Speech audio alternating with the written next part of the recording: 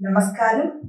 உங்க கல்பனா ஸ்ரீகாந்த். செப்டம்பர் 2024 துலா ராசி மற்றும் துலா லக்ன அன்பர்களுக்கு எப்படி இருக்கு அப்படின்றத நம்ம பார்க்க போறோம். துலாம்னாலே சுக்கிரன். அந்த சுக்கிரன் ஆட்சி பெறக்கூடிய மாதம், அருமையான மாதம். அது மட்டுமா, உங்க லாபஸ்தானாதிபதி சூரியன் 16ஆம் தேதி வரைக்கும் ஆட்சி பெறக்கூடிய நிலை. அது மட்டுமா, உங்களுடைய புதன் விரயஸ்தானாதிபதியும் நிறைய டெக்னிக் கொடுக்கக்கூடிய புதனும் ஆட்சி பெறக்கூடிய மாதம். இந்த மாதத்துல பல விஷயங்கள் நிறைய துளாராசி துளாலக்ன அன்பர்களுக்கு மாற்றம், அந்த மாற்றத்தினால் முன்னேற்றம் கொடுக்கக்கூடிய வகையில இருக்கு. ஒவ்வொன்னா எப்படி இருக்குன்னு நம்ம பார்க்கலாம். சரி, இந்த பாக்குறதுக்கு முன்னாடி நம்ம சேனல் இதான் ஃபர்ஸ்ட் டைம் பாக்குறீங்க அப்படின்னா சப்ஸ்கிரைப் பண்ணிக்கோங்க, பெல் பட்டனை பிரஸ் பண்ணுங்க, ஆல் என்ற ஆப்ஷனை சூஸ் பண்ணுங்க. ரொம்ப முக்கியமா துளாராசி அன்பர்களுக்கே பொதுவா பணம் சம்பாதித்தல், ஏதாவது சாதிக்கணும், ஒரு இன்ட்ரெஸ்டோட செயல்படணும் அப்படின்றது துளாராசி துலாலக்னம் அப்படின்னாலே அந்த அடிப்படையிலேயே இந்த ஒரு குணாதிசயம் இருக்கும். அப்படிப்பட்டவங்களுக்கு எல்லாம் இது ஓஹோன்னு பல மாற்றங்களினால் வழி நடத்தக்கூடிய ஒரு அமைப்புல இருக்கு. ஒரு தொழில் பண்ணணும், சம்பாதிக்கணும் பணம் அப்படின்னா ஒண்ணு ஜாப் இல்ல பிசினஸ். சோ அந்த வகையில பார்க்கும்போது உங்களுக்கு 10ஆம் வீடு சொல்லக்கூடிய இடத்துல பல விஷயங்கள் முன்னேற்றத்துக்குண்டான லாபஸ்தானாதிபதி அங்க ஆட்சி பெறக்கூடிய காலகட்டம். அது மட்டும் இல்ல, எதெல்லாம் நடந்தா புண்ணியம்டா அப்படின்னு நீங்க நினைச்சீங்களோ அதெல்லாம் நடக்கக்கூடிய ஒரு மாதம். அது மட்டும் இல்ல, சனி கிரகம் யாருடைய பிறப்பு ஜாதகத்துல வக்ரம் பெற்ற நிலையில இருக்கோ அவங்களுக்கு எல்லாம் இது மேலும் பொன்னான ஒரு காலம். அந்த பொன்னான ஒரு பீரியட் பல மாற்றத்தினால் வரும். அந்த மாற்றத்தினால் முன்னேற்றம்ன்றது நான் முதல்லயே உங்களுக்கு சொல்லிட்டேன். சோ இப்ப நீங்க என்ன பண்ணணும் அப்படின்னா, இப்ப இருக்கக்கூடிய காலகட்டத்துல குரு அப்படின்றதுதான் உங்களுடைய 3ஆம் அதிபதி. அந்த குரு உங்களுடைய 8ஆம் வீட்டுல இருந்து உங்களுடைய 2ஆம் வீட்டை பார்க்கிறார். அப்ப 2ஆம் வீடு அப்படின்றது குடும்பம், தனம், வாக்கு சொல்லிட்டே போலாம். அப்ப அங்க பினான்ஸ் அப்படின்ற ஒரு விஷயமும் அங்க வருது. அப்படி இருக்கும்போது லாபகரமா பல ரூபத்துல உங்களுக்கு இப்போ ஆப்பர்ச்சுனிட்டிஸ் உங்களுக்கு கண்ல காமிக்கும். That is you are going to explore அப்படின்றது இதுல கரெக்டான வார்த்தை.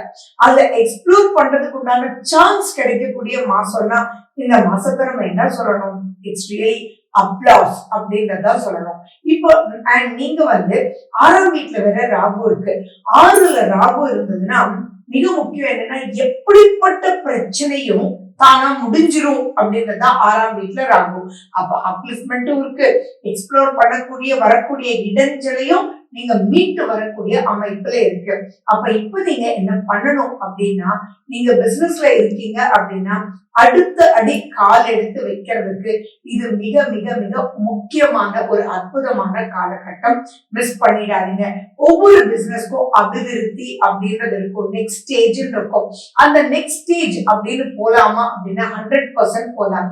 ஒரு அட்வர்டைஸ்மெண்ட் பண்ணணும் அப்படின்னா சூப்பரா இந்த காலகட்டத்துல பண்ணலாம். செகண்ட் ஹாஃப்ல பண்ணுங்க. ஏன்னா உங்களுடைய ராசிநாதன் சுக்கிரன் அப்ப ஆட்சி பெறார். அப்போ அந்த அட்வர்டைஸ்மெண்ட் பலன் கொடுக்கும், உங்களுடைய ரீச்சஸ் நல்லா இருக்கும். கலைத்துறையில் இருக்கக்கூடியவங்களுக்கு இது அமோகமான ஒரு காலகட்டம். சோசியல் மீடியாக்குள்ள என்ட்ராறதுக்கு இது சூப்பரான ஒரு காலகட்டம். எல்லாமே not the first half, second ஹாஃப்ன்றது ஞாபகம் வச்சுக்கோங்க. ஏன்னா சுக்கிரன் தான் இதுக்கு எல்லாமே ரொம்ப ரொம்ப முக்கியம். பொதுவாகவே நீங்க எது பண்ணாலுமே அதுல ஒரு தனித்துவம் இருக்கும், ஒரு அழகு இருக்கும், ஒரு ஈர்ப்பு இருக்கும் இல்லையா? அந்த ஈர்ப்பு எல்லாம் இப்போ நடக்கும். அந்த ஈர்ப்பு எல்லாமே உங்களுக்கு போய் ரீச் கொடுக்கும். சோ அப்படிப்பட்ட காலகட்டத்தை மிஸ் பண்ணிடாதீங்கன்றதுதான் என்னுடைய மிக முக்கியமான கருத்து. அண்ட் மேலும் இப்போ ஆப்பர்ச்சுனிட்டிஸ் காமிக்கும் இல்லையா? அப்ப சேஞ்ச் ஆஃப் ஜாப் வரலாம், அதை அக்செப்ட் பண்ணுங்க. சேஞ்ச் ஆஃப் பிசினஸ் பண்ணலாம், change of style of business பண்ணலாம். நிறைய விஷயங்கள் உங்களுக்கு பாசிட்டிவ். அண்ட் மேலும் பாத்தீங்கன்னா எப்பயுமே விரயத்துக்கு நம்ம பயப்படணும் இல்லையா? அந்த விரய ஸ்தானத்துல இப்போ 4 கிரகங்கள் உங்களுக்கு செகண்ட் ஹாஃப்ல இருக்கும். There is கேது, சூரியன், புதன் அண்ட் சுக்கிரன். பட் ஸ்டில் அந்த விரயத்தை பத்தி நீங்க கவலைப்பட வேண்டாம். ஏன் அப்படின்னா அந்த விரயம் ஆகும், ஆகாதான்னா ஆகும். ஆனா அது சுப விரயமாகும். உங்க பிரச்சனையிலிருந்து வெளியில வரதுக்கு உண்டான ஒரு செலவா இருக்கும், அல்லது நீங்க இப்ப அதை மாத்தி பண்றதுனால இதுக்கு முன்னாடியே ஏதாவது அமைப்புகள் பண்ணது வீணாகும். பட் ஸ்டில் இன்னும் லாங் ரன் நீங்க யோசிச்சு பாத்தீங்க அப்படின்னா அதை நீங்க மைனஸ் பண்ணதுனாலதான் இதனுடைய பிளஸ் ஆன அப்லிஃப்ட்மெண்ட் இருக்கும். சோ போனதை நினைச்சு கவலையே படக்கூடாது. முன்னாடி முன்னோக்கி போகணும் அப்படின்னு சொல்லக்கூடிய அமைப்புலதான் இந்த காலகட்டம் இருக்கு. அப்ப பினான்சியலுக்கு ஃபண்டமெண்டலா வித்திடக்கூடிய சூப்பரான காலகட்டம் இது. துலா ராசி துலா லக்ன அன்பர்களுக்கு பயன்படுத்திக்கோங்க, மிஸ் பண்ணிடாதீங்க. சரி, பயன்படுத்திக்கோங்கன்னா நம்ம என்ன பண்ணணும் அப்படின்னா உங்களுடைய சுய ஜாதகத்துல இருக்கக்கூடிய திசா புத்திய மட்டும் இப்ப நீங்க பாத்துருங்க. அது உங்களுக்கு கை கொடுத்துருச்சுன்னா நீங்க ஒரு ஸ்டெப் இல்ல, நம்ம சொல்லுவோம் இல்லையா டபுள் ப்ரொமோஷன்ன்றது, அந்த மாதிரி இது ட்ரிபிள் அண்ட் அதுக்கு மேல அப்படின்ற அளவுக்கு நெக்ஸ்ட் ஸ்டேஜுக்கு உங்களை உயர்த்திக்க போகணும். மெயின் பாயிண்ட் வந்து என்ன அப்படின்னா இந்த குருன்றது 3ஆம் வீடு, அவர் வந்து 8ஆம் வீட்டுல இருக்கிறதுனால உங்களுக்குள்ள ஒரு சின்ன கில்ட் இருந்துட்டே இருக்கும். அந்த கில்ட் எல்லாம் தூக்கி போட்டுருங்க. யார்தான் தப்பு பண்ணல, யார்தான் பண்றது எல்லாமே பலருக்கு பல மாதிரி போலாம். சோ உங்க சைடு நீங்க நியாயமா இருக்கிறீங்களா அப்படின்றத மட்டும் செக் பண்ணிட்டு நெக்ஸ்ட் ஸ்டேஜுக்கு நீங்க ப்ரொசீட் பண்ணீங்கன்னா பினான்சியல் அப்லிஃப்ட்மெண்ட் பிரமாதமா இருக்கும். அதே மாதிரி கடன் கண்டிப்பா கட்டிடுவீங்க. வேண்டிய இடத்துல கடன் கிடைக்கும். அதன் மூலியமாவும் நீங்க நல்லாவே ஒரு வழி நடத்தி செல்லலாம். குடும்பம் அப்படின்னு வரும்போது உங்களுடைய 2ஆம் வீடும் 7ஆம் வீடும் தான் உங்களுக்கு குடும்பம். அந்த குடும்பம் அமைச்சு கொடுக்கக்கூடிய நிலை அந்த செவ்வாய் வந்து உங்களுடைய 9ஆம் வீட்டுல பிரமாதமா உட்கார்ந்துட்டு இருக்காரு. ஆனா இந்த இடத்துல சில கருத்து மோதல்கள் உங்களுக்கும் தந்தைக்கும் வரக்கூடிய வாய்ப்புகள் அதிகமா இருக்கு. ஆனா அந்த கருத்து அப்படின்றத எடுத்துக்கணும், மோதல்ன்றத கட் பண்ணிடுங்க. அப்ப அந்த கருத்துக்கள் நிச்சயமாவே உங்களுக்கு அப்லிஃப்ட்மெண்ட் பண்ணக்கூடியதா இருக்கும். ஏன்னா அந்த 9ஆம் வீடு அப்படின்றதும் சூரியனும் தந்தைக்குரிய காரணம். அப்போ அந்த சூரியன் உங்களுக்கு லாபஸ்தானத்துலதான் இருக்குன்றதுனால அவர் எது சொல்லினாலும் அங்க வெடுக்குன்னு இருக்குமே ஒழிய பட் அதுக்குடைய பின்னோக்கம் பின் அர்த்தம் வந்து ரொம்பவே நல்லா இருக்கும். சோ தாய் தந்தை வழி உங்களுக்கு இப்ப பார்க்கும்போது கொஞ்சம் ஒரு மாதிரி இருந்தாலும் ஃபைனலி பாத்தீங்கன்னா அது ரைட் டைரக்ஷனுக்கு தான் எடுத்துட்டு போகும். சோ நீங்க கவலைப்பட வேண்டிய அவசியங்கள் இல்லை. குடும்பம் அமையறதுக்கு உண்டான வாய்ப்புகளும் நிறைய இருக்கு. அப்படின்னு என்ன, திருமணம் நடக்கக்கூடிய வாய்ப்புகள் அதிகமா இருக்கு. சூரியன், ராகு, செவ்வாய் இவங்க 3 பேருமே உங்களை நெக்ஸ்ட் லெவலுக்கு கூட்டிட்டு போறதுக்கு காத்துட்டு இருக்காங்க. சோ யாருக்கெல்லாம் திருமணம் நடக்காம இருக்கும் அவங்களுக்கு எல்லாம் நீங்க முயற்சி எடுக்கும் போது அது பெண்மகளா இருக்கட்டும் ஆண்மகனா இருக்கட்டும் அவங்களுக்கு எல்லாம் எந்த வயதுல நீண்ட நாட்கள் திருமணம் நடக்கலன்னாலும் இப்ப நீங்க பார்க்க ஆரம்பிச்சீங்கன்னா கண்டிப்பா உங்களுக்கு அந்த திருமணம் அமையக்கூடிய வாய்ப்புகள் இருக்கு. அண்ட் மேலும் அதுல எந்த ஒரு செகண்ட் மேரேஜா இருந்தாலும் இப்ப நீங்க ட்ரை பண்ணலாம், ஒன்றும் பயப்பட வேண்டியதில்லை. ஏன்னா செகண்ட் மேரேஜ் சொல்றது 11ஆம் வீடு. அந்த இடத்துல சூரியன் வந்து லாபஸ்தானத்துல அற்புதமா இருக்கிறதுனால பழசு எதுவாக இருந்தாலும் அந்த ஒரு கில்ட் ஃபீலிங்கை விட்டுட்டு நீங்க ப்ரொசீட் பண்ணும்போது நீங்க நினைச்சு பார்க்கறத விட அன்பும் அரவணைப்பும் புரிஞ்சுக்கக்கூடிய அற்புதமான பாண்டேஜ் உள்ள ஒரு லைஃப் பார்ட்னர் கிடைக்கக்கூடிய அமைப்புல இருக்கு. குடும்பம் சம்பந்தமா அப்படின்னு எடுக்கும் போதும் அங்க கமிட்மெண்ட்ஸை நீங்க ஃபுல்ஃபில் பண்ணி உங்களுடைய குரு அப்படின்னு சொல்லும் போது அது 3ஆம் வீடு. அப்ப உங்களுடைய யங்கர் சிஸ்டர் யங்கர் சிப்ளிங்ஸ்க்கு எல்லாமே வந்து ஃபேவரபிளான ஒரு காலகட்டமா இருக்கு. குழந்தைகள் அப்படின்னு பார்க்கும் போதும் 5ஆம் வீடு தான் குழந்தைகள். அந்த இடத்துல சனி வக்ரம் பெற்று இருக்கு. அப்போ சனி 5ல் இருக்கிறது அப்படின்றது அவ்வளவு சூப்பர் கிடையாது.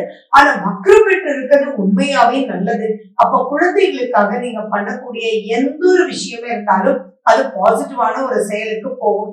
மேலும் உங்க குழந்தைகளுக்காக உங்க தந்தைகிட்ட நீங்க பேசி ஏதாவது பண்ணணும்னாலும் இப்ப தந்தை கொஞ்சம் கடுமையான வார்த்தைகள் யூஸ் பண்ணாலும் அது ஃபைனலி பெஸ்ட்ன்றது நான் தொடர்ந்து சொல்லிட்டே வரேன்.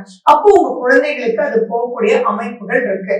அப்ப பூர்வீக சொத்து சம்பந்தமான விஷயங்களை நீங்க டிஸ்கஸ் பண்ணி பொறுமையா மட்டும் ஹேண்டில் பண்ணீங்கன்னா குருனுடைய பார்வை உங்களுடைய விரயஸ்தானத்திலையும் 2ஆம் வீட்லயும் இருக்கிறதுனால நீங்க எடுத்த ஸ்டெப்ஸ் வந்து உங்களுக்கு சாதகமாவே முடியும்.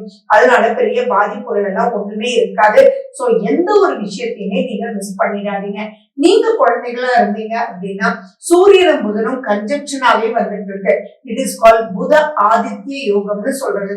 அப்போ ஒரு இன்ட்ரெஸ்ட் வந்து உங்களுக்கு கிரியேட் ஆகும். படிப்பு மட்டும்தான் ஒரு விஷயம் இல்லை. ஒரு விஷயத்த நம்ம ஆராய்ச்சி பண்ணணும், பிசினஸ் ரீதியா ஜாப் ஜாப் ரீதியா ஒரு ரிசர்ச் பண்ணணும் அப்படின்னாலும் நமக்கு ஒரு இன்ட்ரெஸ்ட் வேணும் இல்லையா?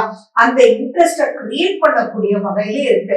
அப்போ நீங்க ரிசர்ச் மூலியமாவும் ஒரு ஸ்டடி மூலியமாவும் நிறைய அப்லிஃப்ட்மெண்ட் வந்து நிறைய நெக்ஸ்ட் ஸ்டேஜுக்கு போகக்கூடிய அமைப்புகள் இருக்கு.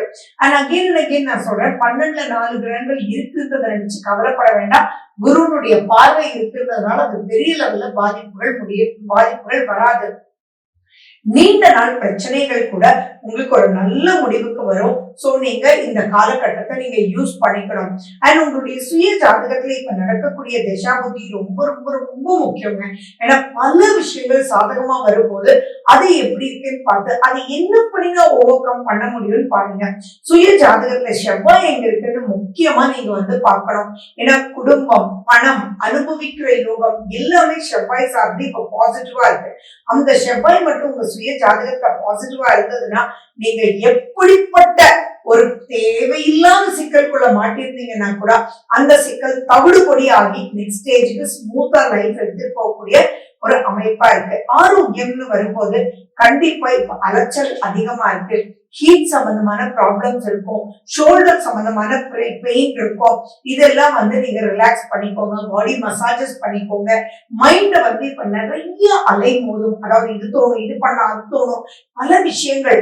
அந்த இடத்துல காமா மட்டும் நீங்க உட்கார்ந்து ஜஸ்ட் ஒரு 5 minutes ரிலாக்ஸா டெய்லி உட்கார்ந்துட்டு தென் உங்களுடைய ஒர்க் ஷெட்யூல் நீங்க ஸ்டார்ட் பண்ணீங்க அப்படின்னாலே ரொம்ப அற்புதமான ஜாலியான ஒரு ஸ்டேஜுக்கு நீங்க போக முடியும். நீங்க முடிஞ்சா ஸ்ரீரங்கத்துக்கு இந்த மாசம் போயிட்டு வாங்க. விநாயகர் சதுர்த்திக்கு ரொம்ப முக்கியத்துவம் கொடுங்க. அண்ட் மேலும் இந்த மாசம் வரக்கூடிய அமாவாசை நிறைய முக்கியமான ஒரு அமாவாசை. சோ உங்களுக்கும் உங்க குழந்தைகளும் இருக்கக்கூடிய பாண்டேஜை இன்க்ரீஸ் பண்றதுக்கே கொண்டாடக்கூடிய போலான அமாவாசைன்னு சொல்றது அது செப்டம்பர் 3ஆம் தேதி. சோ இந்த மாதிரி விசேஷ வைபவ நாட்கள் உங்களுக்கு ரொம்ப ஃபேவரபிளா, எல்லா வருஷமும் ஃபேவரபிள் தான், பட் இந்த வருஷம் இன்னும் கொஞ்சம் ஜாஸ்தி. ஏன்னா சனி வக்ரம் பெற்ற நிலை உங்களுடைய 5ஆம் வீட்டுல இருக்கு. அதே மாதிரி கேது வந்து உங்களுக்கு 12ல உட்கார்ந்துட்டு இருக்கு. சோ இதெல்லாம் வந்து நீங்க முக்கியத்துவம் ஜாஸ்தி கொடுத்தீங்க அப்படின்னா வளர்ச்சிகள் பன்மடங்கா இருக்கும். இந்த மாதிரி தொடர்ந்து உங்களுக்கு பல பதிவுகள் நான் கொடுத்துட்டே இருப்பேன். சோ நீங்க இத பார்த்து அண்ட் மேலும் உங்களுடைய சுய ஜாதகத்தோட ஒப்பிட்டு நீங்க பார்க்கணும் அப்படின்னா ஒரு அப்பாயின்மெண்ட் வாங்கிட்டு நீங்க வந்து வாங்க. சோ அதையும் டிஸ்கஸ் பண்ணி உங்களுக்கு ஒரு ஃப்ரேம் ஒர்க் பண்ணி கொடுக்கும் போது நெக்ஸ்ட் ஸ்டேஜ் ஆஃப் லைஃப் சூப்பரா நீங்க எடுத்துட்டு போலாம். மேலும் இது வரைக்கும் நீங்க சப்ஸ்கிரைப் பண்ணாம இருந்தீங்கன்னா சப்ஸ்கிரைப் பண்ணிக்கோங்க. அப்ப தொடர்ந்து நான் கொடுக்கக்கூடிய அனைத்து பதிவுகளும் நீங்க பார்த்து ரசிச்சு நெக்ஸ்ட் ஸ்டேஜுக்கு நீங்க மூவ் பண்ணிக்கலாம். நன்றி, வணக்கம்.